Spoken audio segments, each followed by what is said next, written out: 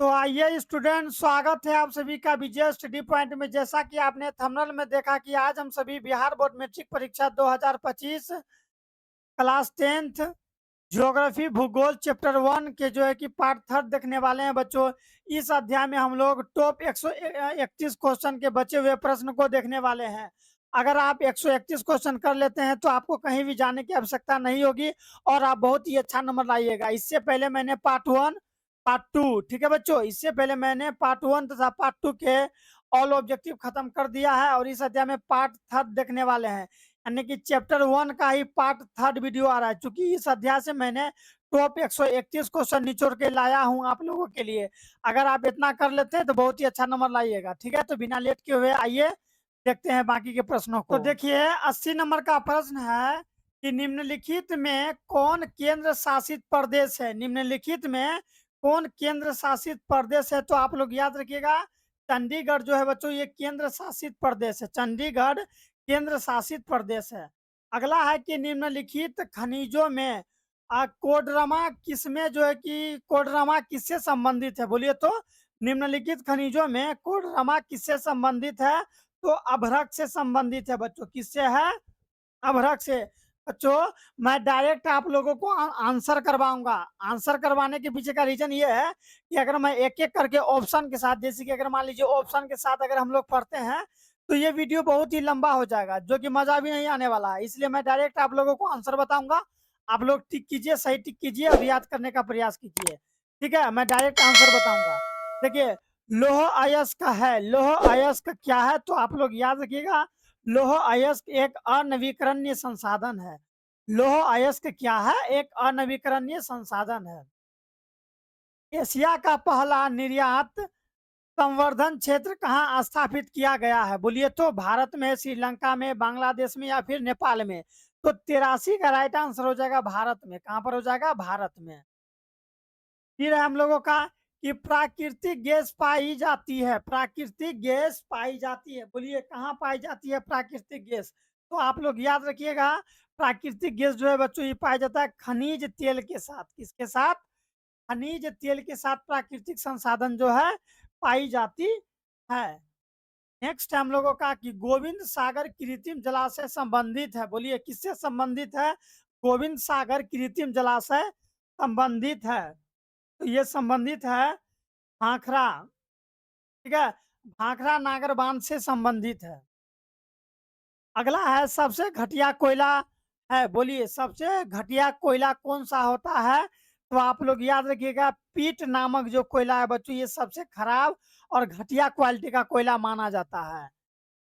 आयुर्वेद का जनक किन्हें कहा जाता है? आयुर्वेद का जनक किन्हें कहा जाता है? तो चरक को कहा जाता है। किसको कहा जाता है? आयुर्वेद के जनक चरक को कहा जाता है। भारत में सबसे लंबा बांध है। बोलिए भारत में सबसे लंबा बांध है। तो आप लोग याद याद रखिएगा कि भारत का, ठीक है बच्चों, भारत का सबसे लंबा बांध है हीराकुंड बांध है। कौन सा है? हीराकुंड बांध है। फिर है कि निम्न में कौन जीवाश्म ईंधन है? बोलिए तो निम्न में कौन जीवाश्म ईंधन है? तो इनमें से सभी, कहने का मतलब कोयला भी जीवाश्म ईंधन है, पेट्रोलियम भी और प्राकृतिक गैस, ये सभी के सभी जीवाश्म ईंधन है।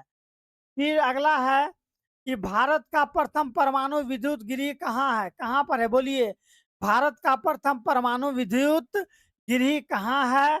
तो इसका राइट आंसर हो जाएगा तारापुर में। कहाँ पर है? देखिए यहाँ पर तारापुर में है। भूलिएगा नहीं, एग्जाम के दृष्टिकोण से बहुत इंपॉर्टेंट है। मैंने जितना भी प्रश्न कराया है बच्चों, यानी कि 131 प्रश्न आज हम लोगों का पूर जाएगा। तो ये 131 का 131वां प्रश्न चैप्टर 1 बच्चों, चैप्टर 1 के लिए बहुत इंपॉर्टेंट है। और अगर आप 131 प्रश्न कर लेते हैं तो आप ऐसे समझ लीजिए कि अध्याय 1 से तो कटेगा ही नहीं, यही 131वां प्रश्न में से फंसने वाला है। तो जरा गौर कीजिए, नंबर आपके हाथों में है, अब करना आप लोगों को है। तो जल्दी जल्दी चैनल को सब्सक्राइब करके वीडियो को लाइक कर दीजिए, ताकि मैं सभी वीडियो आपको समय रहते प्रोवाइड करवा सकूं। मानवीय भूतापीय ऊर्जा संयंत्र किस राज्य में है? बोलिए मानवीय भूतापीय ऊर्जा संयंत्र किस राज्य में है? पंजाब में, उत्तराखंड में, हिमाचल प्रदेश में या फिर मणिपुर में? बोलिए इसका राइट आंसर क्या होगा? तो आप लोग याद रखिएगा, तो 91वें का राइट आंसर होगा बच्चों हम लोगों का हिमाचल प्रदेश। क्या होगा? हिमाचल प्रदेश। मानवीय भूतापी ऊर्जा संयंत्र किस राज्य में है? तो हिमाचल प्रदेश में है। नेक्स्ट है, सिंदरी किस जो है कि उद्योग के लिए जाना जाता है? सिंदरी किस उद्योग के लिए जाना जाता है? तो उर्वरक उद्योग के लिए जाना जाता है। किसके लिए जाना जाता है? उर्वरक उद्योग के लिए जाना जाता है। गिरि राष्ट्रीय उद्यान कहाँ है? बोलिए तो गिर राष्ट्रीय उद्यान कहाँ है? तो आप लोग याद रखिएगा, जो गिर राष्ट्रीय उद्यान है ये गुजरात में पड़ता है बच्चों। कहाँ पर है? गुजरात में।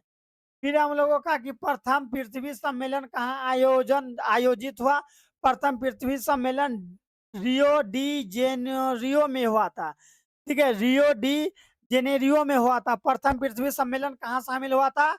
रियो डी जेनेरियो में शामिल हुआ था। अगला प्रश्न है कि भारत में कितने सार्वजनिक क्षेत्र के तेल परिष्करण केंद्र जो है बच्चों? तो 18 है। कितना है?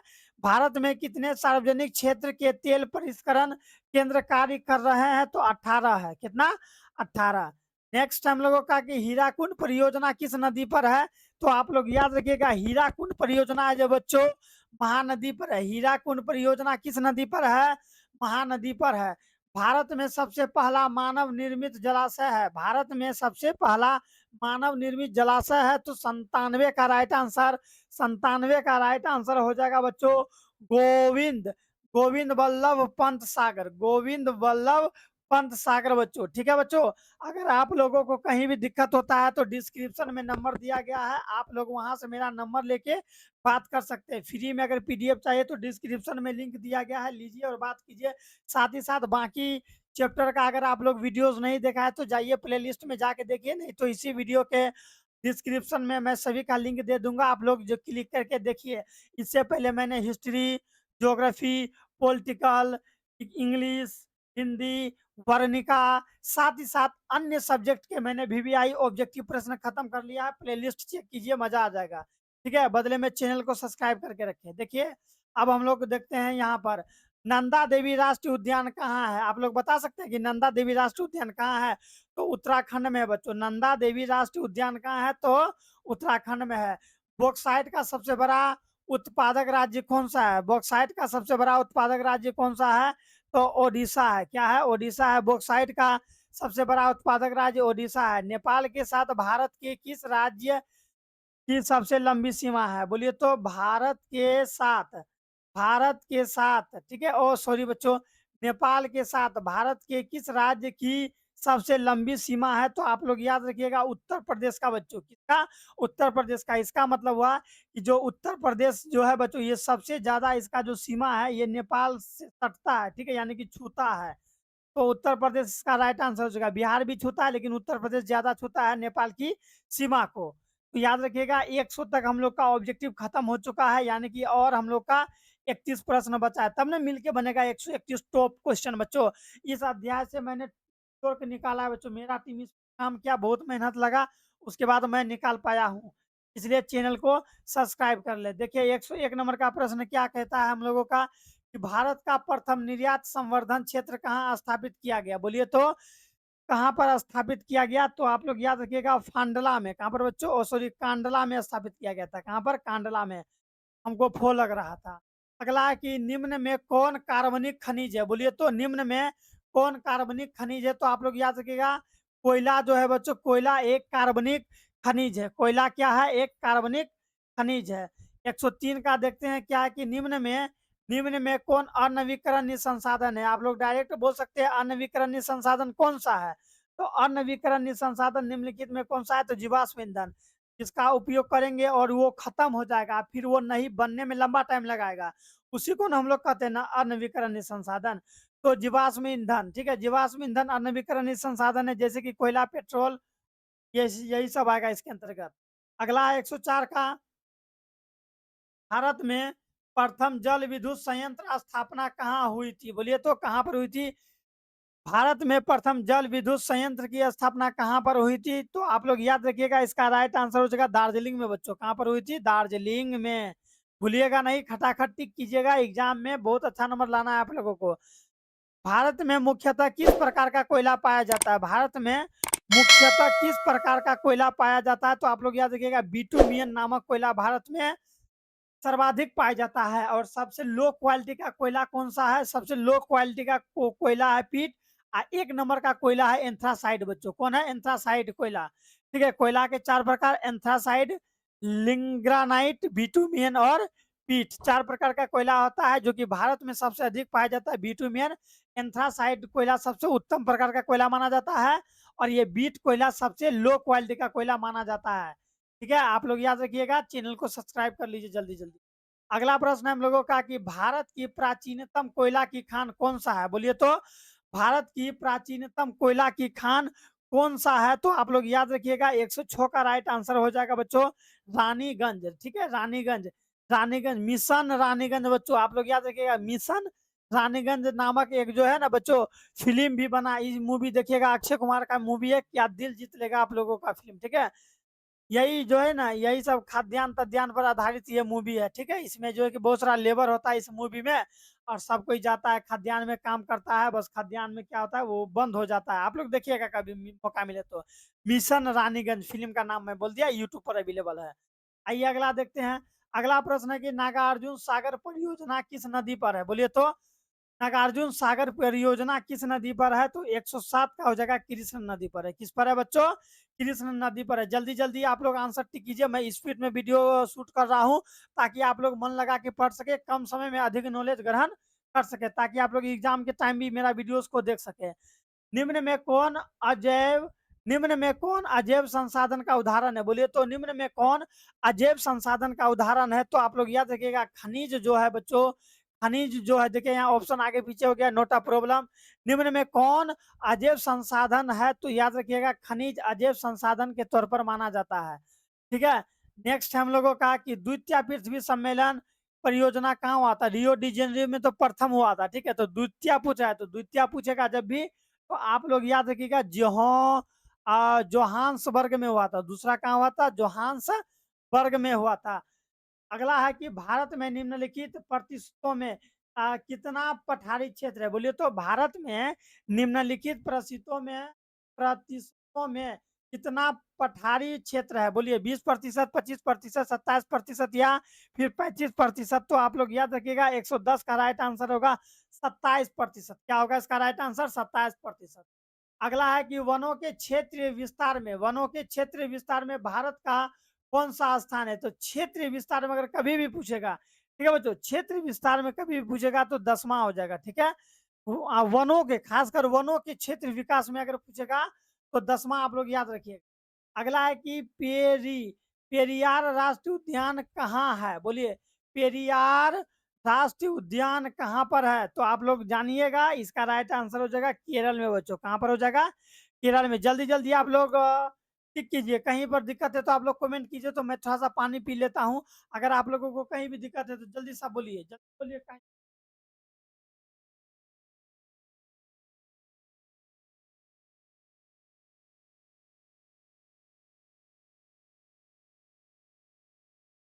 चलिए बच्चों, रिफ्रेश हो गए, आइए आगे देखते हैं। अगला है बच्चों हम लोगों का कि जोग जोग ठीक है, जोग प्रपात किस नदी पर है? बोलिए तो जोग प्रपात किस नदी पर है? तो याद रखिएगा जोग प्रपात जो है बच्चों, ये है किस नदी पर? यानी कि शरावती नदी पर है। कौन नदी पर? शरावती नदी पर। टाइगर परियोजना की शुरुआत कब हुई थी? बोलिए टाइगर परियोजना की शुरुआत कब हुई थी? तो 1973 में हुई थी। कब हुई थी? 1973 ईस्वी में हुई थी टाइगर परियोजना का शुरुआत। अगला है खंबात तेल क्षेत्र की खोज कब हुई? बोलिए खंबात तेल क्षेत्र की खोज कब हुई? तो आप लोग याद रखिएगा, इसका जो खोज है 1959 में हुई थी। कब हुई थी? 1959 में। भारतीय भारतीय वन जीव बोर्ड का गठन कब हुआ? बोलिए भारतीय वन जीव बोर्ड का गठन कब हुआ? तो आप लोग याद रखिएगा बच्चों कि इसका जो गठन है बच्चों 1952 में हुआ था। कब हुआ था? 1952 में। अगला है कि निम्नलिखित में कौन नवीकरण ऊर्जा के स्रोत है? तो नवीकरण बोले तो सौर ऊर्जा में टिक मारना है। नवीकरण का मतलब यूज करेंगे लेकिन खत्म नहीं होगा, यूज करेंगे खत्म नहीं होगा, उसी को कहते हैं नवीकरणीय ऊर्जा या नवीकरणीय संसाधन। भारत का सबसे लंबा बांध कौन सा है? भारत का सबसे अगर बोलेगा तो हीराकुंड बांध। भारत का सबसे लंबा बांध कौन सा है? तो हीराकुंड बांध है। आप लोग याद रखिएगा, कभी भूलिएगा नहीं। 119 नंबर का प्रश्न है हम लोगों का। किधर चल गया जी? इधर आइए। हाँ, देखिए यहाँ पर, निम्न में से कौन निम्न में से कौन भारत का पहला स्वदेशी प्रयास से बना हुआ परमाणु विद्युत केंद्र है? तो याद रखिएगा, तारापुर। तारापुर परमाणु विद्युत केंद्र। तारापुर परमाणु विद्युत केंद्र। भूलना नहीं है, फटाफट टिक करना है, अच्छा नंबर लाना है आप लोगों को। अगर कहीं भी दिक्कत है तो डिस्क्रिप्शन में मेरा नंबर दिया गया है, मैं बार बार बोल रहा हूँ, आप लोग नंबर लीजिए और हमसे कांटेक्ट कीजिए। 24 घंटा चालू रहता है मेरा नंबर, आप किसी भी टाइम हमको कॉल कर सकते हैं। आइए देखते हैं, भारत का पहला सीमेंट संयंत्र कहाँ स्थापित हुआ? बोलिए, भारत का पहला सीमेंट संयंत्र कहाँ पर स्थापित हुआ था? तो आप लोग याद रखिएगा, चेन्नई में। कहाँ पर? चेन्नई में स्थापित हुआ। अगला कि भारत में भारत का बर्मिंघम शहर कहा जाता है? बोलिए, भारत का बर्मिंघम शहर किसे कहा जाता है? तो आप लोग को भूलना नहीं है, जमशेदपुर को कहा जाता है। किसको कहा जाता है? जमशेदपुर को। नेक्स्ट है कि काजीरंगा राष्ट्रीय उद्यान कहाँ है? बोलिए, तो काजीरंगा राष्ट्रीय उद्यान कहाँ पर है? तो असम में है बच्चों। कहाँ पर है? काजीरंगा राष्ट्रीय उद्यान कहाँ पर है? असम में है। अगला प्रश्न है कि हिमाचल प्रदेश के मणिकरण में किस प्रकार का ऊर्जा संयंत्र है? तो आप लोग को याद रखना है बच्चों, भूतापीय ऊर्जा संयंत्र है। कौन सा है? भूतापीय ऊर्जा संयंत्र है। नेक्स्ट है कि केंगा, ठीक है, केंगा परमाणु विद्युत गिरी किस राज्य में स्थित है?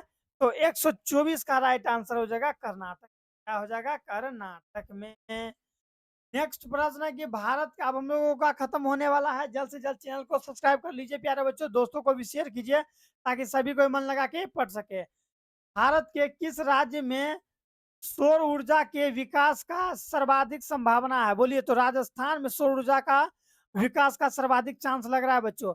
प्रथम राष्ट्रीय जल नीति कब लागू हुआ? प्रथम राष्ट्रीय जल नीति कब लागू हुआ था? तो आप लोग याद रखिएगा, दिसंबर 1968, सितंबर 1900, सॉरी बच्चों, सितंबर 1987। अगला प्रश्न हम लोगों का कि ठीक है, जिम कार्बेटर राष्ट्रीय उद्यान कहाँ पर है? बोलिए, जिम कार्बेटर राष्ट्रीय उद्यान कहाँ पर है? तो आप लोग याद रखिएगा, उत्तराखंड में है। कहाँ पर है? उत्तराखंड में। अगला कि भारत का सबसे छोटा जैव रिजर्व कौन सा है? बोलिए, कौन सा है सबसे छोटा जैव मंडल रिजर्व? कौन सा है? तो आप लोग याद रखिएगा, ये डी नंबर, डिब्रू डिब्रू सैखोवा है, डिग्री सैखोवा है। अगला है कि क्यू नाइन का उपयोग होता है मलेरिया में होता है। क्यू नाइन का उपयोग होता है बच्चों, मलेरिया में क्यू नाइन का उपयोग होता है। अगला है कि कृष्ण सागर बांध किस नदी पर बना है? कृष्ण सागर बांध किस नदी पर बना है? तो आप लोग याद रखिएगा बच्चों, कावेरी नदी पर बना हुआ है। किस पर बना हुआ है? कावेरी नदी पर। और इस चैप्टर का, यानी कि अध्याय 1 का, ठीक है बच्चों, भारत संसाधन एवं उपयोग का ये सबसे अंतिम प्रश्न है। अगर आप ये प्रश्न कर लेते हैं तो टोटल जो है कि 131 प्रश्न आज हम लोगों का कंप्लीट हो गया। इतना करने के बाद आप लोगों को कहीं भी दिक्कत नहीं होगा। आइए देख लेते हैं, नर्मदा घाटी परियोजना किन राज्यों से संबंधित है? बोलिए, तो नर्मदा घाटी परियोजना किन राज्यों से संबंधित है? तो आप लोग याद रखिएगा, इसका राइट आंसर हो जाएगा गुजरात से संबंधित है, महाराष्ट्र से और मध्य प्रदेश से इसका सम्मिलित है। तो इस तरह हम लोगों का 131 प्रश्न होता है समाप्त। अभी तक अगर आपने चैनल को सब्सक्राइब नहीं किया तो कर लीजिए, वीडियो को लाइक भी कर लीजिए, अपने दोस्तों को भी शेयर कीजिए। कहीं भी दिक्कत है तो डिस्क्रिप्शन में मेरा नंबर दिया गया है, बात कीजिए। पीडीएफ के लिए जो कि डिस्क्रिप्शन में लिंक दिया गया है, डाउनलोड कर लीजिए। अगर अभी तक बाकी के वीडियोस नहीं देखा है तो प्लेलिस्ट में जाइए, वहां से देखिए, नहीं तो डिस्क्रिप्शन में मैं सभी का लिंक दे रखा हूँ, क्लिक कीजिए और मन लगा के पढ़िए। इस तरह मैंने इकोनॉमिक्स का वीडियो भी मैंने लगभग लगभग हम लोग का आधा से ज़्यादा किताब खत्म हो चुका है, कुछ-कुछ बचा है जो कि बाकी है, मैं वही करवाऊँगा। साथ ही साथ जब एग्ज़ाम का 2 महीना या 1 महीना बचेगा, तो मैं आप लोगों को काफ़ी वीवीआई ऑब्जेक्टिव और सब्जेक्टिव प्रश्न देने वाला हूँ। तो चैनल को सब्सक्राइब करके रखें। तो मिलते हैं वीडियो में।